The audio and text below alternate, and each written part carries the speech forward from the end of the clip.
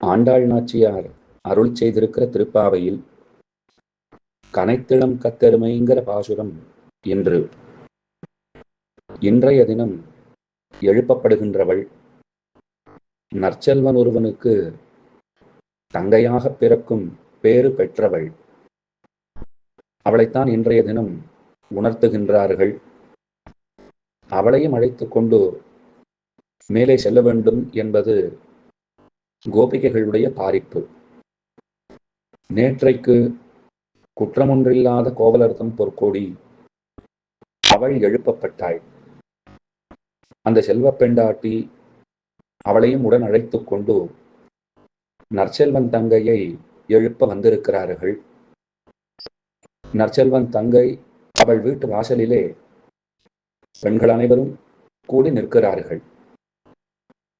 வீட்டுக்கு பக்கத்திலே போய் அருகிலே சென்று கதவருகே நின்று அவளை எழுப்புவதற்கு வாய்ப்பில்லாத ஒரு சூழ்நிலை அங்கே நிலவுகிறது. சற்று தள்ளி நின்றுதான் அவளை கூப்பிட வேண்டி இருக்கிறது. அதற்கான காரணம் பாசுரத்திலேயே நமக்கு உணர்த்தப்படுகிறது. கனைத்து இளம் கத்தெருமை கன்றுக்கு இறங்கி. அந்த வீட்டில் அப்படி என்ன சூழ்நிலை, பக்கத்துல கூட போய் கூப்பிட முடியாத அளவிற்கு அங்கே என்ன ஆயிற்று அப்படிங்கிறத தெரிந்து கொள்ளலாம்.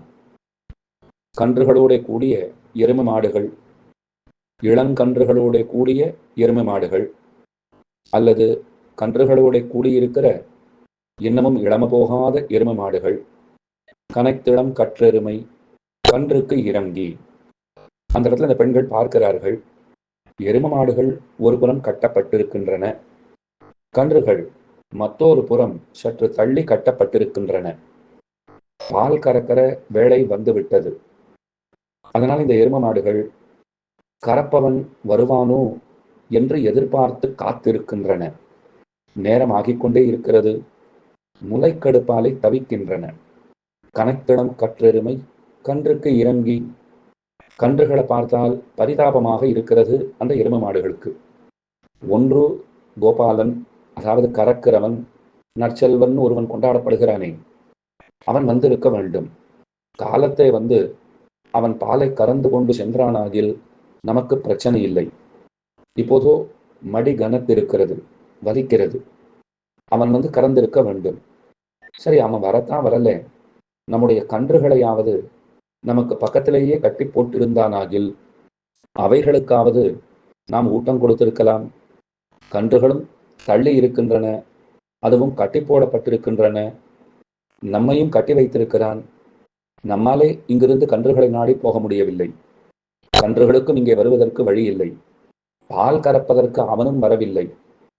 இந்த கலக்கத்தாலே, இந்த வருத்தத்தாலே, முக்கியமாக வலியினாலே அந்த கன்றுகளையே பார்த்து கொண்டு அந்த கன்றுகள் பக்கத்திலே நிற்பதாக ஒரு நினைவு உந்தி தள்ள, அந்த பாவனையினாலே நினைத்து முலை வழியே நின்று பால் சோர தாங்களாகவே பாலை சொரிய தொடங்கி விட்டன. நிறைய எரும மாடுகள், நிறைய பசு மாடுகள், சமிருத்தி ஒன்றும் குறவே இல்லை அங்கு. அதனாலே பாலை தாங்களாகவே சொரிய தொடங்கியவுடன் அந்த இடம் முழுவதும் சொத சொதன்னு ஒரே பால் வெள்ளமாகவே ஆகிவிட்டது. நினைத்தெல்லாம் சேராக்கும் நற்செல்வன் தங்காய். அப்ப நாம் என்ன நினைச்சுக்கோம், ஒருத்தன் இப்படி பாடா படுத்திட்டு போயிருக்கான் போல் இருக்கு. இந்த எரும மாடுகளை அவன் சரிவர கவனிக்கவில்லை. பால் கறக்க வேண்டிய நேரத்திற்கு வரவும் இல்லை. கன்றுகளையும் பக்கத்திலே விடவில்லை. இப்படி கூட ஒரு அநியாயம் பண்ணுவானோ? நேத்தைக்கு ஒருத்தன் குத்தமொன்னில்லாத கோவலன்னு கொண்டாடப்பட்டான். அவனை பார்த்து கற்றுக்கொண்டிருக்க வேண்டாவோ? காலத்தே கர்மங்களை சரிவரச் செய்பவன். சரிவரச் செய்யலைன்னா ஒரு குற்றம் வரும். அந்த குற்றம் இல்லாதவன், அதனால தானே குற்றம் ஒன்றில்லாத கோவலர் அப்படின்னு நேற்றைய தினம் அவன் கொண்டாடப்பட்டான். அப்படித்தானே இருக்க வேண்டும். கடமையை சரிவர செய்ய வேண்டாவோ? இவன் விட்டிருக்கிறானே, அந்த இடமே சேறு சகதியுமா ஆகி போச்சே. பாலானது அது கறப்பவர் கை வழியாகவும் அல்லாமல், கன்றுகளின் வாய் வழியாகவும் அல்லாமல், இப்படி வெறுந்தரையிலே வெள்ளமென புறப்பட்டிருக்கிறதே. இப்படிப்பட்ட அநியாயத்தை பண்ணியிருக்கானே. அவன் யார் அப்படின்னால் நற்செல்வன் என்று அவனை அழைக்கிறாள். அவனை போய் நற்செல்வன்னு சொல்ல முடியுமா? அப்படி சொல்றது பொருத்தமா இருக்கா போல தெரியலையே. நிறைய தப்புகளை பண்ணியிருக்கான். கடமையை செய்யலைன்னா அது பெரிய தீமை, பெரிய அநியாயம். நேற்றைக்கு குற்றமொன்றில்லாத கோவலர் என்று கடமைகளை சரிவரச் செய்பவர் கொண்டாடப்பட்டிருக்கிறார்னால், இன்னைக்கு இந்த வேலையை பார்த்திருக்கிற இவன், அதாவது வேலையை பாராதிருப்பதாலே இப்படி ஒரு வேலையை பார்த்திருக்கிறான் அப்படின்னு தானே சொல்லணும். தன் வேலையை பார்க்கல, அதனால தான் இப்படி ஒரு வேலை பார்த்திருக்கானே, வேலை பார்க்காத இருக்கிற வேலையை சரியாக பார்த்திருக்கிறான். அவனை என்ன சொல்ல வேண்டும் அப்படின்னா, தீமையே வெளிவெடுத்தவன் சொல்லணும், குற்றம் ஒன்று இருக்கிற கோவலன்னு சொல்லணும். ஆனால் நற்செல்வன் அப்படின்னு ஆண்டாள் கொண்டாடுகிறாள். இது என்ன மர்மமாக இருக்கிறதே. அவன் எங்கனம் நற்செல்வன் ஆவான் அப்படின்னால், அதற்குண்டான பதிலை நாம் அவசியமாக தெரிந்து கொள்ள வேண்டும். அவன் ஏன் தன் வேலையை செய்யலைங்கிறதுக்கு ஒரு பின்புலம் உண்டு, ஒரு காரணம் உண்டு, ரொம்ப அழகான காரணம். அது என்னவென்றால், அவன் எப்போதும் தன்னை கிருஷ்ண கைங்கரியத்திலே ஈடுபடுத்தி கொண்டிருப்பவன். கண்ணனுடைய கைங்கரியத்திலே, அவனுடைய தொண்டிலே தன்னை ஈடுபடுத்தி கொண்டிருக்கிறபடியால் வேலைக்கு தன்னுடைய வேலையை செய்ய முடியாதவனாக அவன் இருக்கிறான். எப்போதும் கண்ணன் பின்னே சுற்றுபவன்.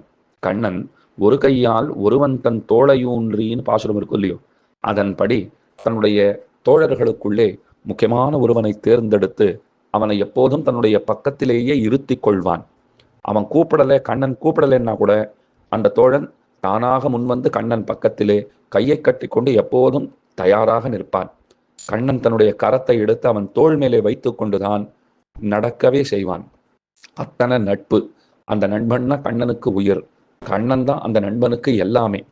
ஆனால் அந்த ஊரிலே மற்றைய பிள்ளைகள், கண்ணனோட விளையாடுற மற்ற பசங்கள் இருக்காளே, அவளுக்கும் ஆசை. அது என்ன, இவன் தான் எப்போதும் கண்ணனுக்கு தோள் கொடுக்க வேண்டுமோ, எங்களுக்கெல்லாம் தோள்கள் இல்லையா என்ன, எங்கள் தோள்களிலே எல்லாம் கண்ணன் கை போட்டு கொள்ள மாட்டாரா என்ன, நாங்கள் நிற்கத்தான் கூடாதா, அவர்களுக்கும் ஆசை. ஆனால் அந்த வாய்ப்பு அவர்களுக்கு கிடைக்கவே இல்லை. ஏன்னா நற்செல்வன் அதை கிடைக்கவே விடமாட்டேங்கிறான். இது என்னுடையது, இது என்னுடைய பொறுப்பு, இது என்னுடைய உரிமை அப்படிங்கிறான். அவர்களை என்னென்னமோ பண்ணி பார்த்தார்கள், நடப்பதாக இல்லை. சரி, பாதி ராத்திரிக்கே போய் கண்ணன் வீட்டிலே நாம் அமர்ந்து விடுவோம் அப்படின்னு சில பிள்ளைகள் புறப்பட்டு போனார்கள். கண்ணன் வீட்டிலே, கண்ணன் திருமாளிகையிலே அப்படி வந்தவர்களை வரவேற்றது யார் தெரியுமா? இந்த நற்செல்வன் தான். அவன் சொல்றான், நான் நேற்று ராத்திரியே வந்து படுத்துட்டேங்கிறான். அந்த அளவுக்கு கிருஷ்ண கைங்கரியத்திலே ஊன்றி இருப்பவன். கைங்கரியம் தானே பெரிய செல்வம். மேலான செல்வம் எதுனால் கைங்கரியம்தான் செல்வம். அந்த செல்வத்தை நாம குறைவர பெற்றிருக்கிறோம்னு சொன்னால் நாம் நற்செல்வர்கள். அதனால கிருஷ்ண கைங்கரியத்தில் ஈடுபட்டிருக்கிறதுனாலே எரும மாடுகளை அவனாலே கவனிக்க முடியவில்லை. அதனால தான் சேரும் சகதியுமான ஒரு சூழ்நிலை இங்கே உண்டாகி இருக்கிறது. இப்ப இங்க ஒரு கேள்வி பிறந்தது. கர்மானுஷ்டானங்களை நாம் செய்யத்தான் வேண்டுமா, இல்லை இவனை போல விட்டுவிட வேண்டுமா? விடவே கூடாது, அவசியமாக செய்ய வேண்டும். ஆனால் அந்த கர்மங்களை நான் செய்கிறேன் அப்படிங்கிற எண்ணத்தோடோ, அல்லது இதை செய்வதாலே இன்னின்ன நன்மைகள் உண்டாகும் அப்படிங்கிற அபிப்பிராயத்தோடோ நாம் ஒருபோதும் செய்யக்கூடாது. இதெல்லாம் பகவானுடைய கட்டளை. செய் என்று அவர் சொல்லி இருக்கிறார். இதை செய்தால் அவருக்கு ஒரு மகிழ்ச்சி உண்டாகிறது. அவர் சொன்னபடி நாம் நடந்தோம்னால் அவருக்கு ஒரு மகிழ்ச்சி. அப்பா சில விஷயங்களை குழந்தைங்களிடத்துல சொல்றார், அதன்படி குழந்தை கேட்டு நடக்கிறான்னால் அப்பாவிற்கு ஒரு உகப்பு ஏற்படுறதோ இல்லையோ, அதை போல நாம பாவித்து கொண்டு செய்ய வேண்டும். இன்னொன்னு, நாம எதை செய்தாலும் அது பெருமானுக்கு செய்கிற கைங்கரியமாகவே, தொண்டாகவே பாவித்து கொண்டு செய்ய வேண்டும். அது ரொம்ப ரொம்ப முக்கியம். இப்ப கிருஷ்ண கைங்கரியத்திலேயே ஈடுபட்டு இருக்கிறோம்னால் கர்மானுஷ்டானங்களை செய்வதற்கு நேரம் கிடைக்கலன்னா கிருஷ்ண கைங்கரியத்தை முடிச்சுட்டு வந்துட்டு நம்முடைய கர்மானுஷ்டானங்களை நாம் செய்யலாம். இது ஒரு முக்கியமான கருத்து. இரண்டாவது, சாஸ்திரங்களே சொல்லுகின்றன, பகவத் கைங்கரியத்திலே ஒருவன் ஈடுபட்டிருக்கிறான்னு சொன்னால் அதனாலே அவனுடைய கர்மானுஷ்டானங்களை அவனாலே சரிவர செய்ய முடியவில்லை என்றால் அதற்காக கவலை கொள்ள வேண்டியதில்லை. ஏன்னா இவனுக்காக பகவான் சப்ஸ்டிடியூட் போட்டு வச்சிருக்கார். கோடிக்கணக்கான ரிஷிகள், அவர்கள் எல்லாம் எங்க இருக்கிறார்களோ ஏதோ ஒரு இடத்துல அவர்கள் குழுமி இருக்கிறார்கள். அவர்களுக்கு கொடுக்கப்பட்டிருக்கிற வேலை என்ன தெரியுமா? கைங்கரியத்தின் காரணமாக கர்மங்களை சரிவர செய்ய முடியாதவர்கள், அவர்களுடைய கர்மங்களை அவர்களை உத்தேசித்து அவர்கள் சார்பாக நீங்களே செய்ய வேண்டியது அப்படின்னு பகவான் அந்த ரிஷிகளுக்கு கட்டளை இட்டிருக்கிறார். நன்னா நினைவிலே கொள்ளுங்கள், இது கைங்கரியம் பண்ணுகிறவர்களுக்கு பகவான் கொடுத்திருக்கிற ஒரு சலுகை அப்படின்னு கொள்ளலாம். நான் வீட்டுல நன்னா முக்காடு போட்டு கொண்டு படுத்து கொண்டு சந்தியாவந்தன வேலை ஆயிடுத்து பண்ணலையான்னு யாரேனும் கேட்டால், அதான் அத்தனை கோடி பேர் ரிஷிகள்லாம் இருக்காளாமே, யாராவது ஒருத்தர் என் பெயரை சொல்லி எனக்குமாக சேர்த்து நான் செய்வதாக அவர்களே அந்த அர்க்கியத்தை விட்டால் ஆகாதோ அப்படின்னு எல்லாம் கேட்கக்கூடாது. கைங்கரியம் பண்றச்சே அவகாசம்ங்கிறது கிடைக்குமா? சில சமயங்களிலே கோயில்களிலே பகலிரா தெரியாது, கைங்கரியம் தொடர்ச்சியாக இருந்து கொண்டே இருக்கும். பகவானை விட்டு ஒரு கணப்பொழுது கூட அகல முடியாத நிலைமை இருக்கும். அந்த நிலைமையில நான் அவரை போய் பார்த்துட்டு சந்தியாவந்தனம் பண்ணினீரான்னு கேட்டால் அவர் என்ன சொல்லுவார்? முதல்ல நான் சாப்பிட்டேனான்னு கேட்டியா? இன்னும் கார்த்தாலேருந்து பச்சை தண்ணி பல்லிலே படவில்லை. பெரிய உற்சவம். கோயில்ல சரியா இருக்கு வேலை. இதில் நான் எதையுமே செய்யலை. குளிச்சுட்டு கோயிலுக்கு வந்ததோடு சரி. குளித்தேன், நெற்றியிட்டு கொண்டேன், ஏதோ ஓடோடி வந்து விட்டேன் கோயிலுக்கு. இன்னும் வீட்டுக்கே போகலை. எத்தனையோ சிரமங்கள். இதில் சந்தியாவந்தனத்தை தேடி கண்டுபிடித்தீரோ அப்படின்னு தானே அவர் கேட்பார்.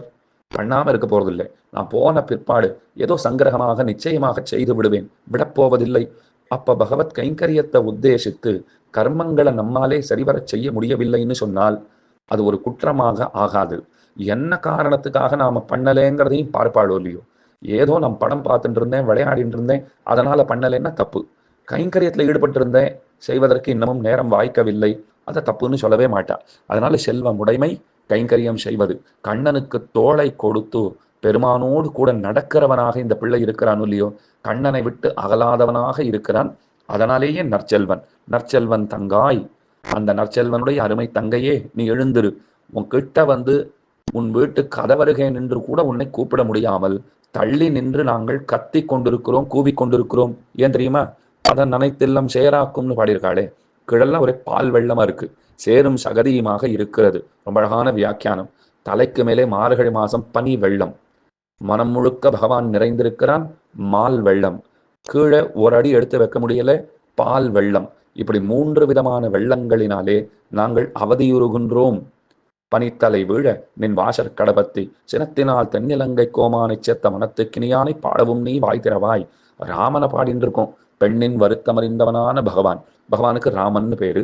ராமன்னா மனத்துக்கு இனியவன், நம்முடைய மனங்களை கொள்ளும் அவன், நினைத்தாலே இனிமையை தருகின்றவன் ஈராமன். அவன்தான் மனத்துக்கு இனியவன். விஜய ராகவன் என்னும், வீர ராகவன் என்னும் கொண்டாடப்படுகின்றவனான பகவான்.